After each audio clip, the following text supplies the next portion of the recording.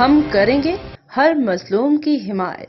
السلام علیکم ناظرین، میں ہوں حرین فاطمہ اور آپ دیکھ رہے ہیں حمایتی نیوز HD چینل۔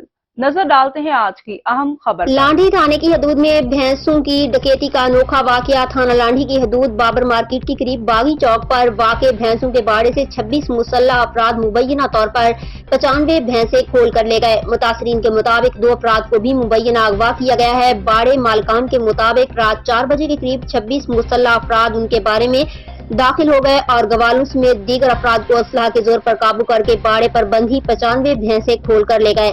مالکان کے مطابق مسلح افراد باڑے پر موجود گوالوں پر تشدد بھی کرتے رہے۔ ساتھ محمد خان اور عبدالسبحان نامی نوجوانوں کو بھی مبینہ طور پر اغوا کر کے لے گئے۔ متاثرہ باڑے مالکان قانونی کارروائی کے لیے تھانہ لانڈھی پہنچے تو SHO تھانہ لانڈھی شمشاد چاچڑ نے ٹال مٹول شروع کر دی، جبکہ مذکورہ واقعے کی اصل معلومات حاصل کرنے کے لیے SHO تھانہ لانڈھی شمشاد چاچڑ نے معلومات دینے سے انکار کر دیا۔ ظہیر عباس کی رپورٹ۔